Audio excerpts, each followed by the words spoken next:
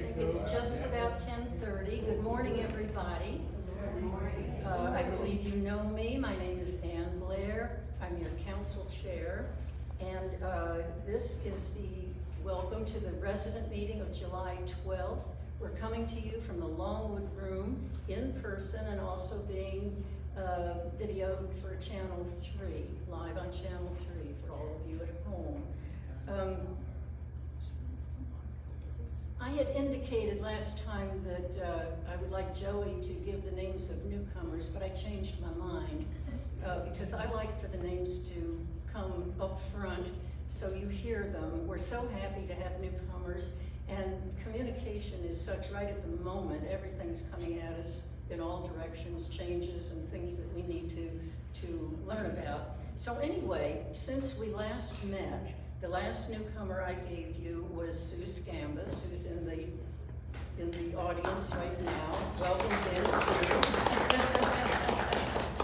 And so for this meeting, I want to recognize Sid and Melinda Height, who are in F206, and Jim and Sherry Bellotti, who are in Villa 529, and Ann Edelman in B204, who Joey mentioned at the council meeting the other day, and I believe she is moving in as we speak, maybe. But anyway, these are our latest newcomers.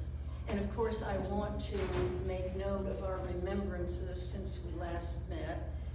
We had services for Mary Reddy, Dorothy Stark, and on July 6th, there was a service for a celebration for Bob Erlacher in the Heron Club, a lovely small gathering of his family from Canada and Michigan.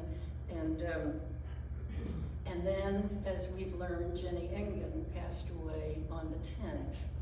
I think most of you will remember her 100th birthday party that Kathy Walton arranged. It was here in the Longwood Room, and Jenny, in my remembrance, was one of our early cheerleaders. So we'll miss Jenny. And anyway, let's all remember her family and our condolences. Now then, as to all the other information that we have for you, I'm going to defer to Joey to do his executive director report, after which I'll pick up the pieces of anything he didn't cover. Okay? Thanks.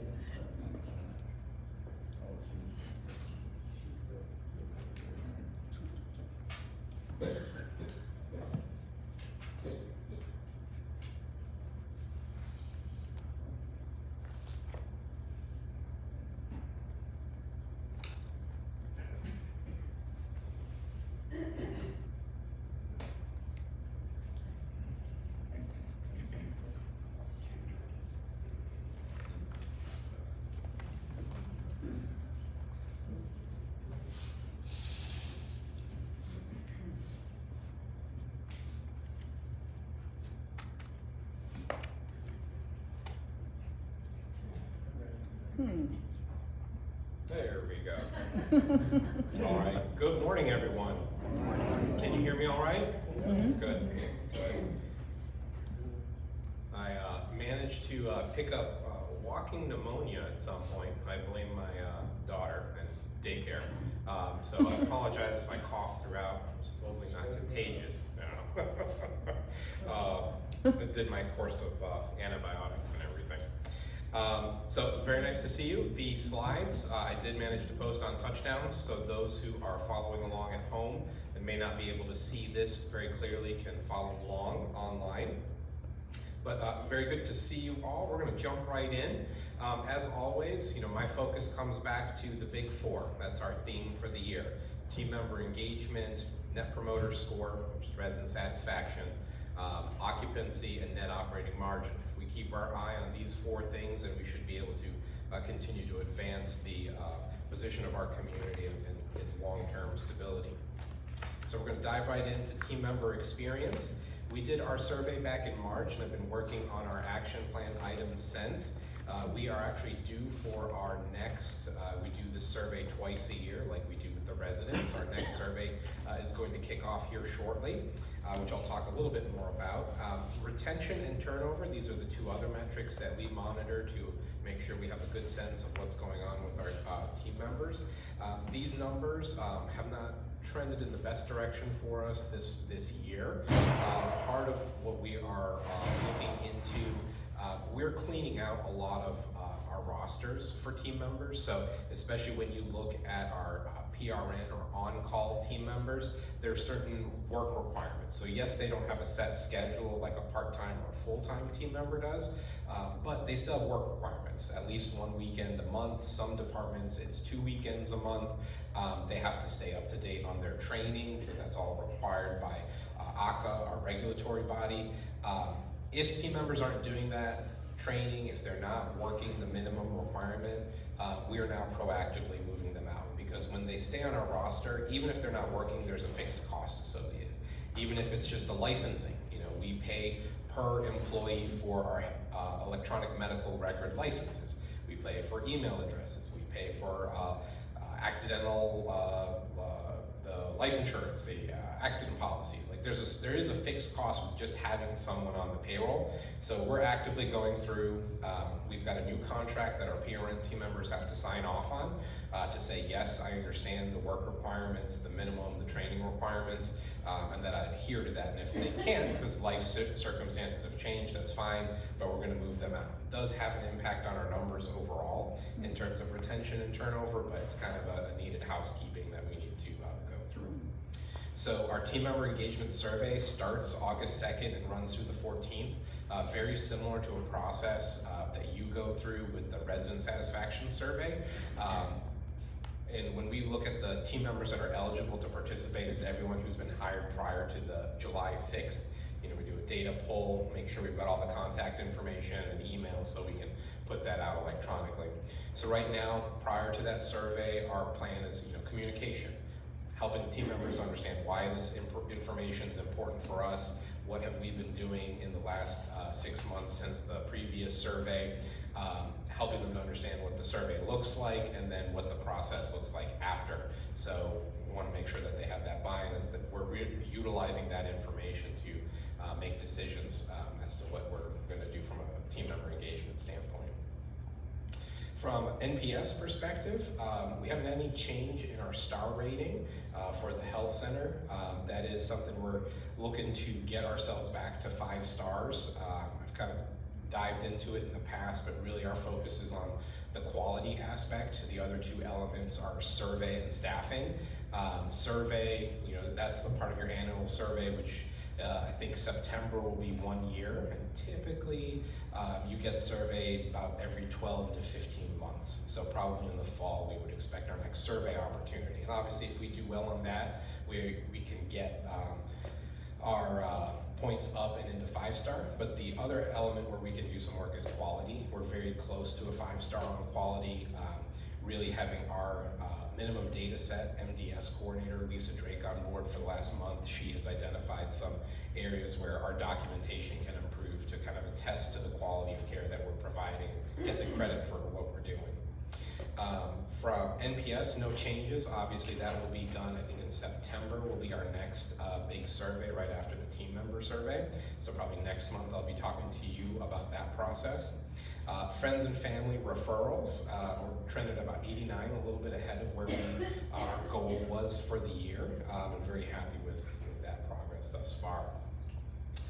So one of the areas that that you had highlighted on the resident NPS survey was kind of concern about the community's ability to manage your healthcare journey as you're here in this community. And one of the things I heard probably from day one was, what are we doing about emergency folders and red folders and all of that? So now with Wendy on board, she's finished tackling the hurricane information updates, so we're updating our plans from that perspective. So what she'll be focusing on probably for the next 6 to 8 weeks is re-implementing the red folder program for all independent living residents. She's going to work with building reps to set times to come to the buildings and villas and just kind of have kind of open office hours to get you a new folder. So this is what the folder looks like. It's got magnets on the back. Can go on the back of your door or could go on your refrigerator, up to you, depending on what you're comfortable with. There's a new form. It's standardized. It's pretty simple. It's basically asking you for your personal contact information, insurance information, your medical history. It's a nice little checkbox, so you don't have to write everything out. You can write things if you want, and your medications. So that's if you're a couple can use one of these folders. It's just 2 pieces of paper, really. And emergency personnel know, okay, take the documentation out of this, and that, in the event of an emergency, they'll have that. For those with a DNR, do not resuscitate, Wendy will also have the documentation on hand for that. And that can be something maybe you just want to update or you want to learn more about. She'll be happy to meet and answer your questions.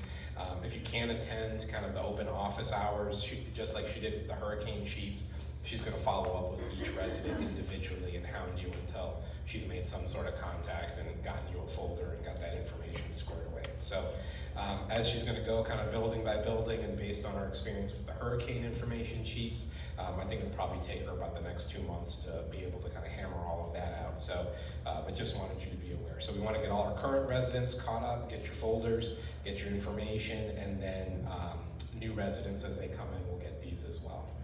So, happy or not, so obviously culinary is a big driver of satisfaction or not. So we kind of keep going back to the happy or not in the monthly summaries. The last month in June saw a drop from the previous month of about 5 percentage points to 81. When you look at the trend, so this kind of looks at in the gray squiggle bar is the previous month, the blue squiggle is June, so May versus June. We can kind of zero in, right? What we were kind of happy about in May is we started to see some consistency there. And then what happened in June? We had probably 3 or 4 days where performance was pretty poor and we got hammered pretty good. So those are the things that we're zeroing in on. A lot of comments, so that gives us a lot of good information to be able to understand why we didn't perform well from a culinary perspective. And kind of what I'm trying to get the team to understand is it's great that you knock out a catering. It's great that you knock out a special event, but what we need to knock out on a consistent basis is every single day. If we can perform at a high level every single day, the rest will come with it. So we're trying to understand these pretty severe drops on certain days so we can eliminate that and get ourselves to a more consistent level. So we're taking a look at that.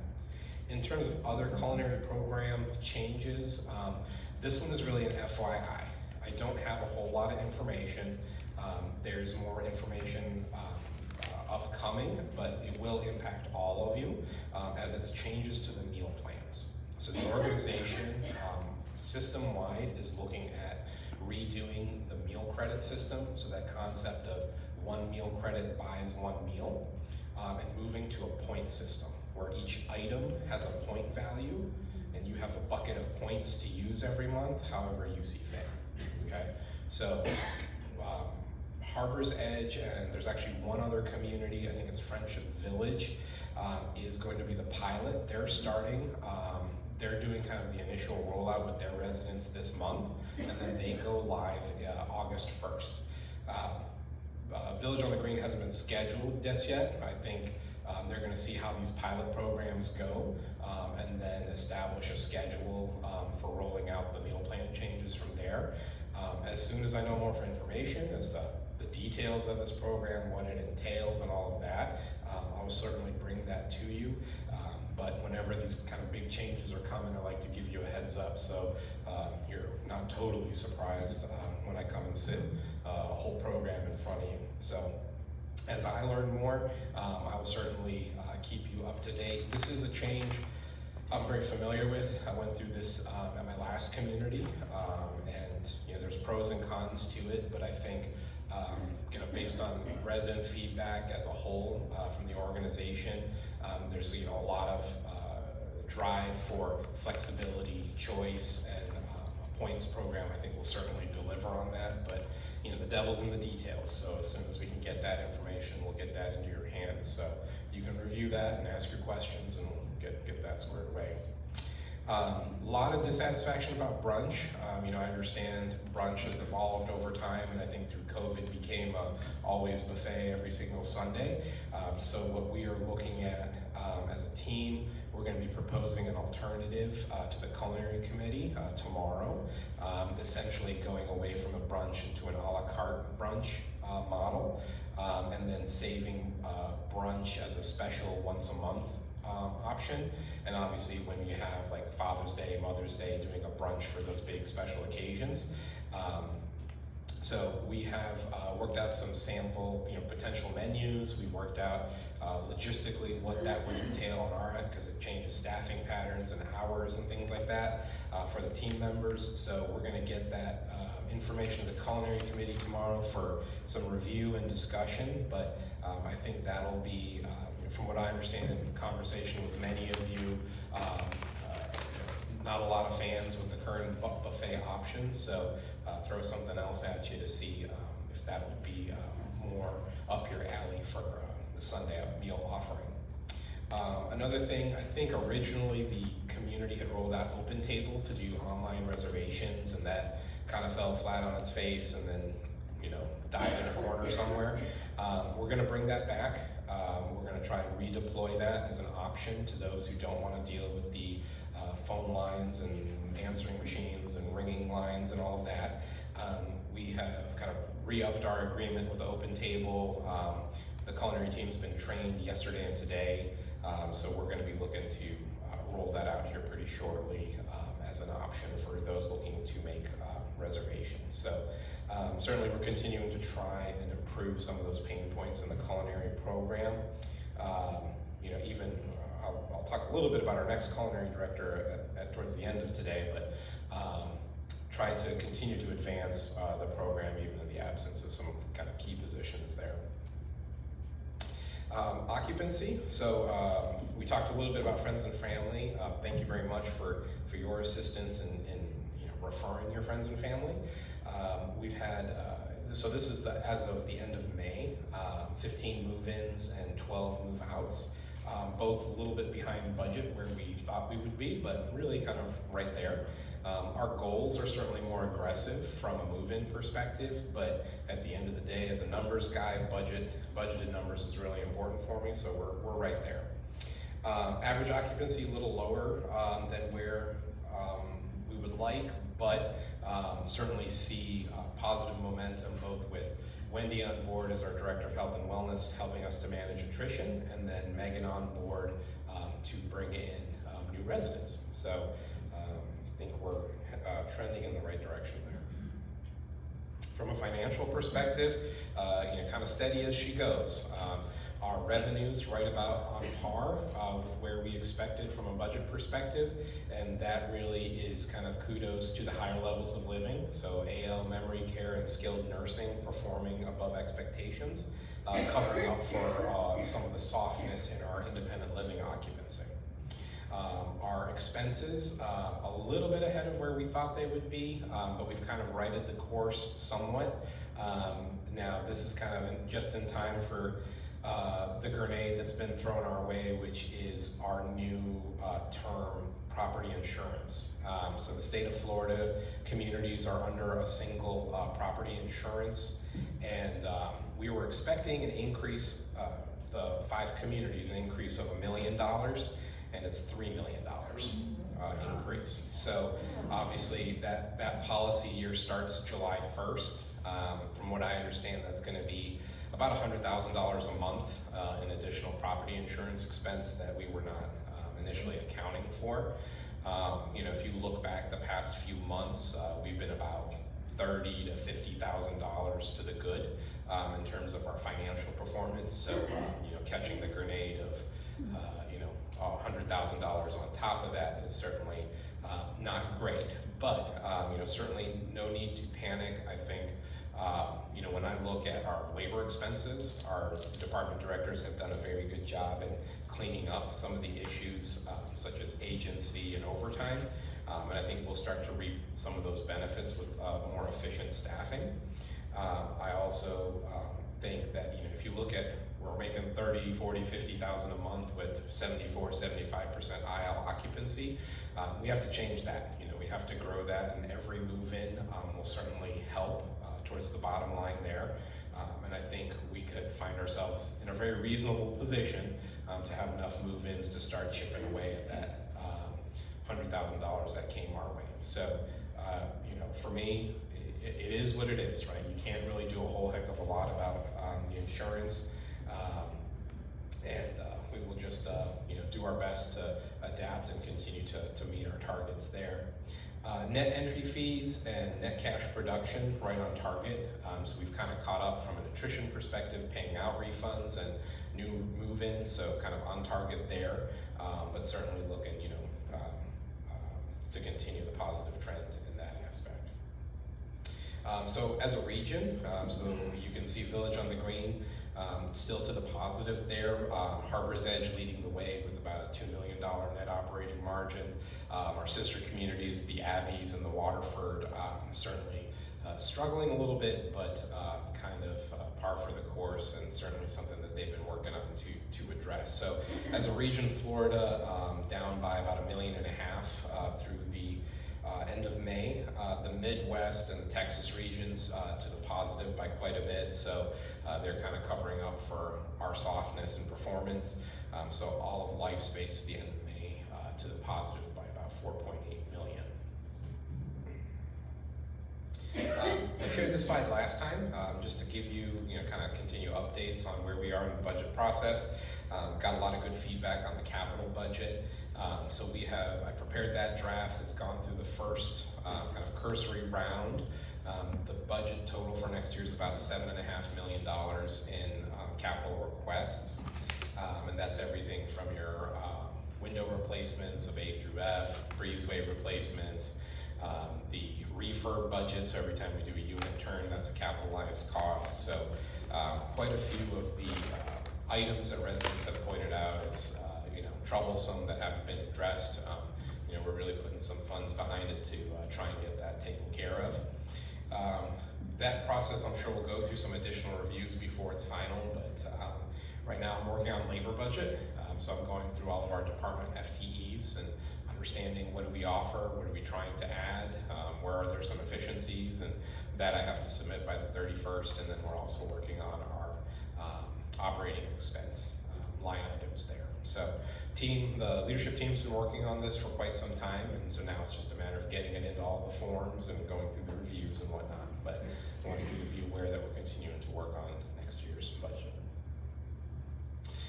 So again, when you look at the big four and where we are, our current performance for team member engagement is 77%. We want to be at 78 for the year with an overall goal of 81.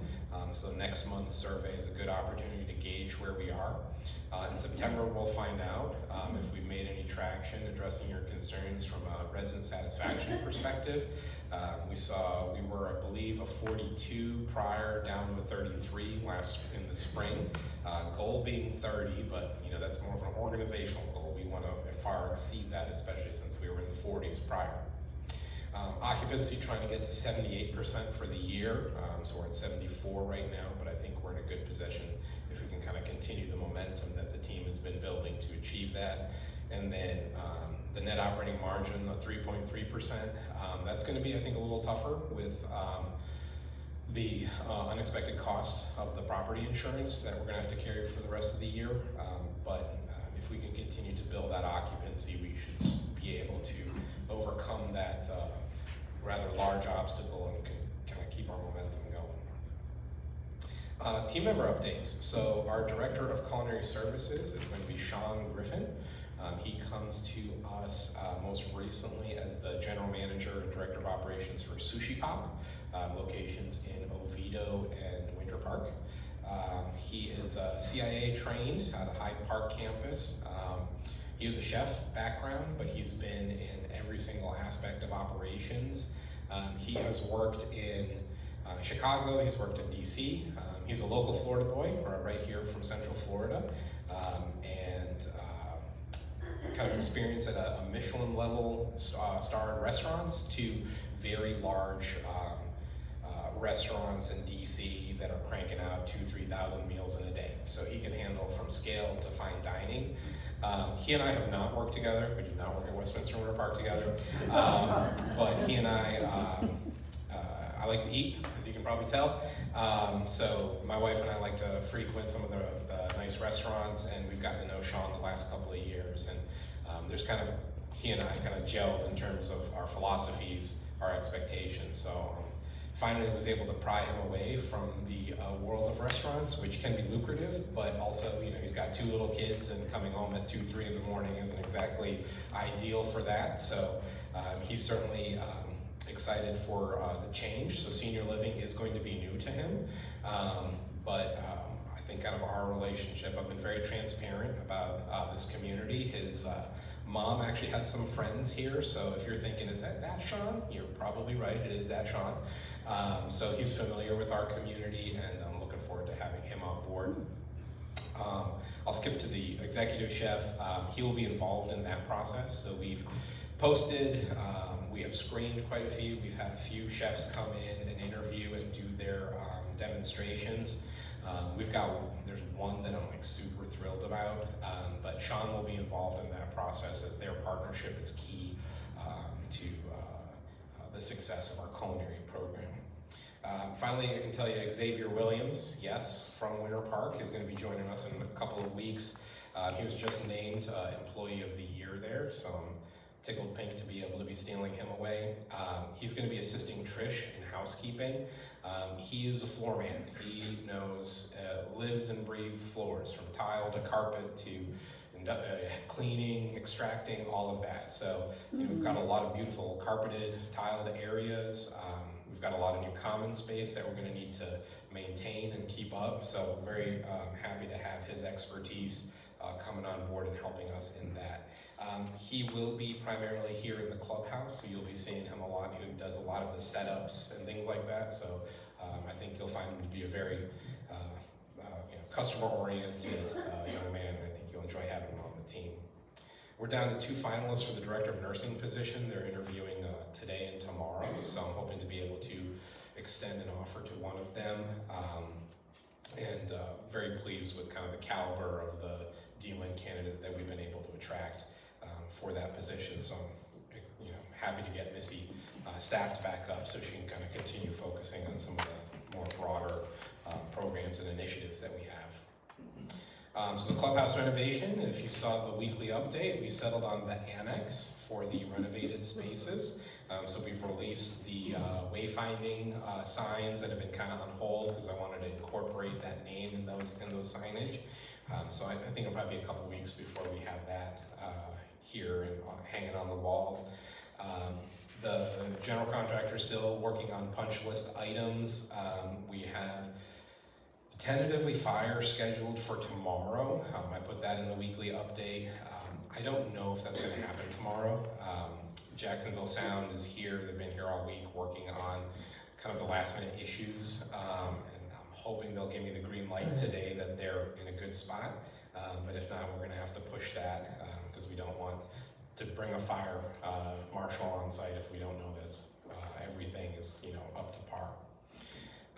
Once the fire is done, then we can call for the final inspection, and we're not expecting that to be terribly difficult. Really, I think the fire is probably the one we want to make sure we're really all buttoned up for. Electrical, plumbing, mechanical, all of those have been finalized out, so we can finally cross that off, and low voltage as well. The HVAC, so the AC system, I was telling you we had a lot of issues with controllers with 4 different vendors. We got them together, we got them on the same page. I think we actually have control of the AC system now. My office is not 80 degrees every morning, which is lovely. I think, Isabella, is your office any better? Yes. Oh, it's better, good. So we actually are getting AC inside the building. We still have some test and balancing to do with that, but I think we're finally in a good spot where you can change the thermostat and something will actually happen. No. So entryway update. If you were out of town or maybe living under a rock and missed this project, the slides and the presentation will stay on Touchtown. kind of the request was feedback by the end of today. Steve, Ann, and I are getting together tomorrow to kind of go through that, compile it, and create a cohesive document that we can give to the project team, summarizing the concerns about the project, but also the things that we like about the project, and then some potential ideas to show that we're invested in obviously the project. So a lot of you have asked very good questions, some of which I think I know the answer to, but I want to kind of be true to the process and put that to the project team to get their responses and then provide that to you. Now, I'm guessing some of my questions might not get answered, and that's probably where I will have to step in to kind of hunt those down. But the way I envision this process is that input, that response, that feedback to you. So, hopefully I'm not being naive on this, but we're going to go through the process, and I'll be very transparent about what we get back and what we hear back, and we'll go from there. So the idea is we'll compile it tomorrow and get it to the project team by Friday, by close of business Friday. That's just a self-imposed deadline. I don't want to drag this out too long, and a lot of you have responded with a lot of feedback. So had I not heard something, we may have delayed it a little bit, but really the response has been almost overwhelming. We're certainly managing that. So COVID, starting to see a bit of an uptick in the testing positivity there. We've had a few cases locally in independent living and in the health center, and now most recently with a team member. So we continue to test. I know many of you were able to grab some of the COVID testing kits that we had available. I think we're going to have more coming in. So really, I think the county and federal government are just trying to clear out their stores and are just dropping boxes, kind of on a surprise level. So I'm just going to keep putting them out, and you just keep taking them as however you see fit. So, but we're certainly keeping an eye on it, but not too concerned with the trend overall just yet. Unfortunately, I think this is going to be kind of our new normal with, little clusters every once in a while with this. So our next meeting, oh my God, this is a record. It's like an hour. Our next meeting is August 9th, right back here. And before I turn it over to Ann, I'll open it up to questions. Ann? Did you cover the Wi-Fi business?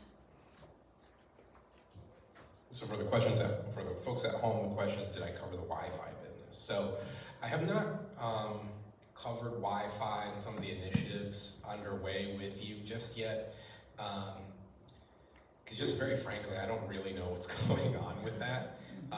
There are a couple of, at least, it seems like 3 initiatives from the home office's front to address Wi-Fi, TV entertainment, phone, for the communities as a whole. There's one initiative Steve and I are a part of that seems to be looking at senior TV and its offerings and alternatives or replacements of that system. There was a survey that went out recently, I think 4th of July, for just a general survey. I'm not even sure which initiative that survey came from. I think it's from the Wi-Fi. I'm kind of working through those requests and working with the various people at home office to get a little bit better of an understanding as to what exactly are we looking at and what exactly are we trying to do. And I don't mean that to be critical of them, but until I have some kind of confidence in that, I don't want to kind of, put my foot in my mouth and say one thing and then it turns out to be another thing. So once I get some more clarity around that, I will certainly share that with you. I had a call yesterday with home office and all of the EDs in the organization, and one initiative seems to be gaining traction is a campus-wide Wi-Fi infrastructure that would be all the way from villas to the health center to the clubhouse and all of that, and that they've identified a vendor to be able to do that. But that is really almost an infrastructure project, right? That's connecting to a fiber optic network that's putting out equipment that would broadcast a Wi-Fi. So that may not necessarily be a product, but that might be a service that's coming. I just don't know enough details to be able to really speak intelligibly about it. One more question. Do you see all of it slowing down a bit because of the departure of this Ken Poinsett, who was the one that presented it to the council? So the question is it gonna slow down with the departure of Ken Poinsett? So Ken was the chief information officer up until yesterday. I don't know.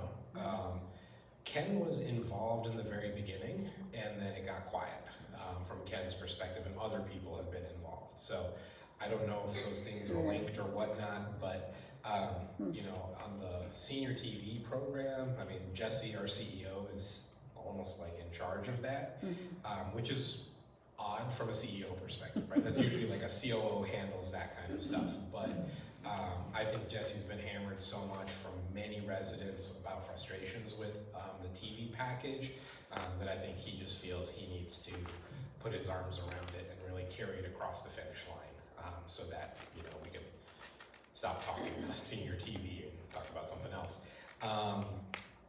So I don't know how Ken's departure is going to be. Part of me thinks no, it won't slow down. You know, there are outside consultant groups who are kind of in the driver's seat of the organizing and collecting and communicating and reporting to Jesse directly. So I think that initiative will continue in spite, and they've already named a interim for that role, and he's already sent out a couple of emails to the community. And the announcement came from Nick, the CFO. It didn't come from Jesse. So technically, even though it's a chief position, the CIO reports to the CFO.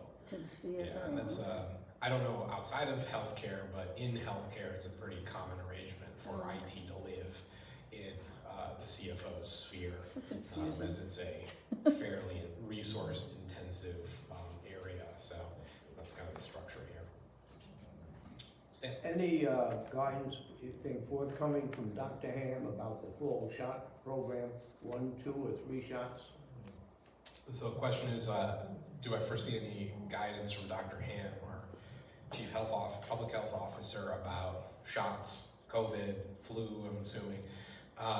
I imagine so. Yeah, she's very organized and on top of it, and I think it's just a matter of circling back with her to understand what the timeline is on all of that. I'm sure from a flu perspective, there really isn't anything earth-shattering in terms of developments there. You know, I think that would be pretty standard flu vaccine clinic that we'd offer. I think when it comes to COVID and boosters, I don't think I've seen any new guidance since probably earlier this summer from the FDA and from CDC and CMS about additional boosters. They did make the comment when they announced that recommendation for boosters, those with immunocompromised systems, 65 and up, that they would evaluate that for the general population, but they haven't made a ruling on that either. So I think there's not enough clarity to be able to say, yep, here's the recommendation, and so we're going to put together this program to implement it. So still a little bit in the dark on that one. I believe she's slated to be at the next regional meeting. Zach mentioned that at the last one. Yes. And we would get an update. Yes, Dr. Ham will be part of the next regional resident council leadership gathering for the state of Florida. Other questions? Yes. About the insurance increase. So is that insurance covering all of life space, or is it by individual location like Florida or different regions, because you know prices can vary? And then also, did we go out and do bids for other vendors or companies? Good question. So the question was, the property insurance increase, is life space, all the communities under one policy, how is that divvied up? So all of the communities in Florida are covered under one policy. The organization did go out and get bids. The current provider came back and said it would go from 5 million to 10 million, which, I mean, that is astronomical. So the organization did go out and bid, and we got one for 8 million. So that's that $3 million increase from the expected $5 million cost to $8 million. And that's the July 1st to June 30th cover policy year. So we were able to lessen that. We did, as a part of that, increase deductibles. So I think our deductible is now $500,000. So it's pretty hefty. And it really is, you know, almost like borderline catastrophic. Would be the time we finally call upon that insurance policy. So we were expecting, I think, to go from 5 to 6. So that 6 to 8 jump is kind of where we're taking a little bit on the chin for the next 6 months of this, since our fiscal year is the calendar year, and the policy year kind of splits it in the middle there. So that's why we kind of have this shock right now in this budget year, but we'll adapt for that in the next cycle. Did I answer your question? Yes, thank you. Sandy? Did they give you any reason? Did they give us any reasoning? I mean, really, anecdotally, so this is just from Nick Harshfield, you know, when he was explaining it to us, Florida's insurance market is in quite a bit of upheaval, both from a residential perspective and a commercial perspective, property insurance. A lot of insurers are leaving the market, and just because of the cost of some of the more recent hurricanes and how devastating they've been to communities and the costs. So I think it's insurance companies, you know, it's probably a case of the pendulum maybe swinging a little too far, but you know, we're kind of at the mercy of that. We hopefully we'll see some correction in that, but unfortunately right now we're kind of captive to it. Yes. Do you happen to know what insurance company? Do I know the insurance? No, I don't. I can find out though. Other questions? Okay, just last as an FYI, Sunday through Wednesday, I'll be at Leading Age Florida's conference here in Orlando. Kind of catching up on the latest and greatest to get my CEUs for my nursing home administrator license. I will be available via cell or email, so if there's anything urgent, please let me know. Don't hesitate to reach out, but I won't be on the campus until Thursday next week. So with that, I will turn it back over to him.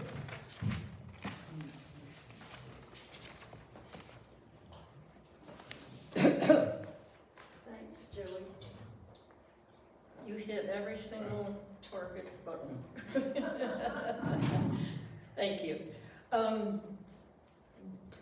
Let's see. I'll review what we did at the council meeting because there were several things that came up. The first had to do with the naming of the clubhouse, and Joey took care of that.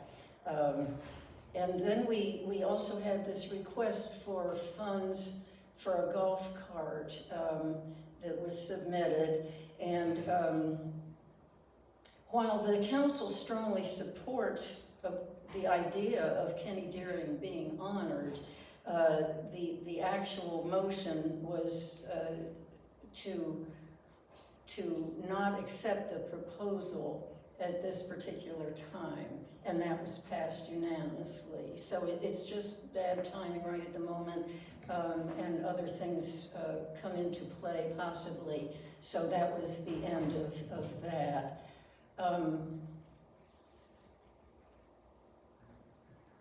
We've alluded to this leadership meeting that took place in South Florida down at the Waterford. It was interesting. One of the things that was so hard for us is that this is the leadership of the communities of Florida, and here we were in a room. The 4 of us who drove down together sat at one table. The 4 from another community sat at another table, et cetera, et cetera, et cetera. We never really had any time to interface with one another, and this is not a new request. This has been going on for quite some time. At the end of this meeting, our regional director, Zach Jacobson, promised that at the next one we will have time to interface with one another. So we'll see how that goes. The actual agenda consisted of 4 speakers. Nick Harshfield, the CFO, spoke, mostly about financial matters. And then the culinary question came up, and it was discussed by Jim Horstman, who's at Harbor's Edge, who's the champion of this program of the declining balance and everything like that. And Joey's touched on that, so I won't go into anything about that. And then the marketing director, Dana Smith, spoke about marketing in South Florida, or just in Florida generally. She showed slides, and she talked about, she's very data-driven about everything, and she showed some slides and said you wouldn't imagine that this one would have gotten anybody's attention, but this particular slide was the most popular one of anything. So they do their marketing based on all these feedback they get from stuff, and hopefully it's going to be successful. But it was hard to get a grasp on all of that. And then we had a talk by Tim Gorman, who's the Life Space Consul, General Counsel, I guess is his title. And that had to do with these two Chapter 651 rewordings of their statutes. And I'm just trying to read everything I need to say about it.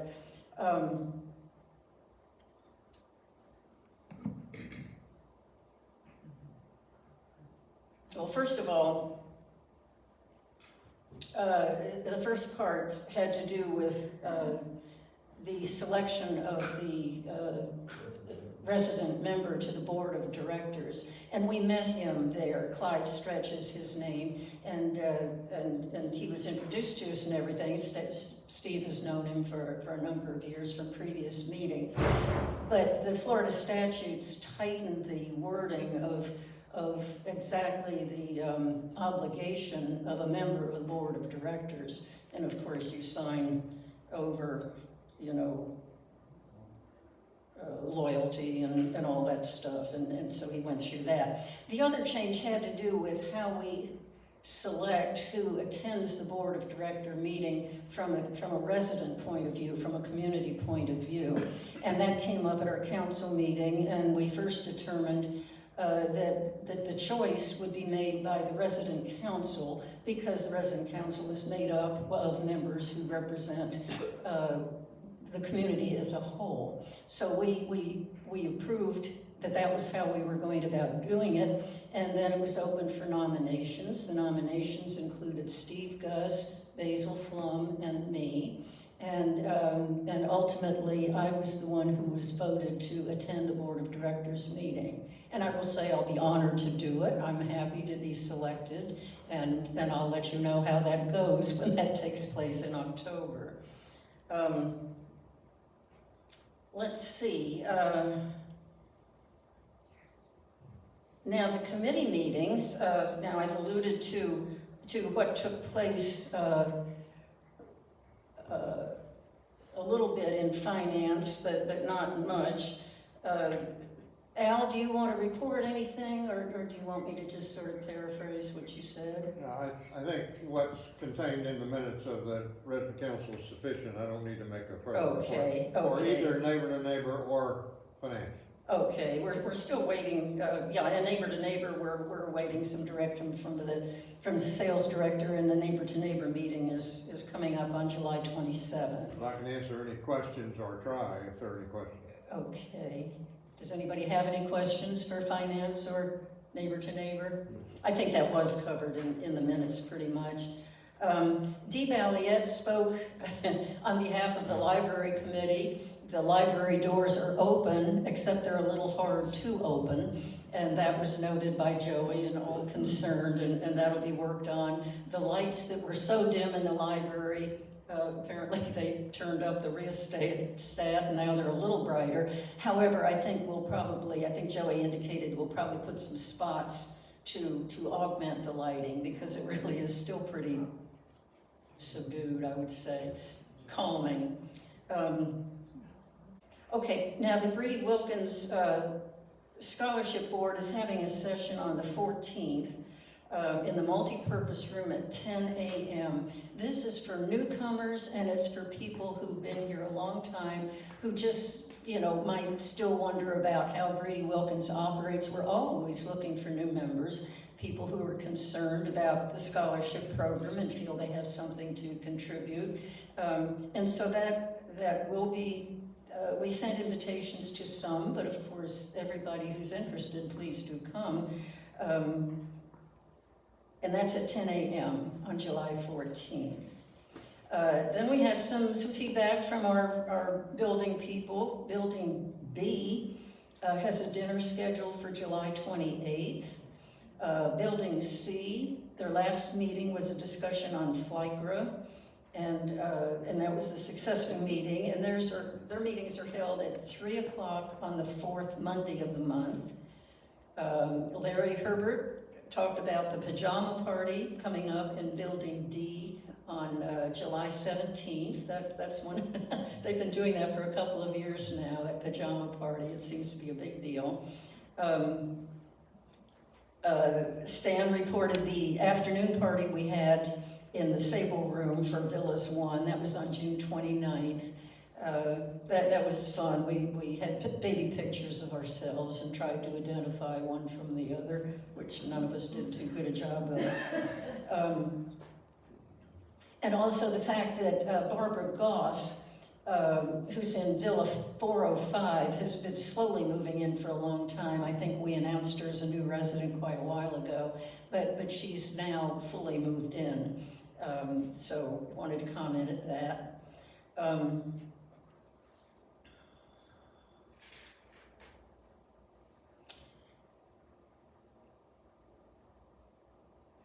The water heater shutoffs, or the water shutoffs, that will be in your, Yeah, Okay. no further scheduled. The last one was the 10th. Today?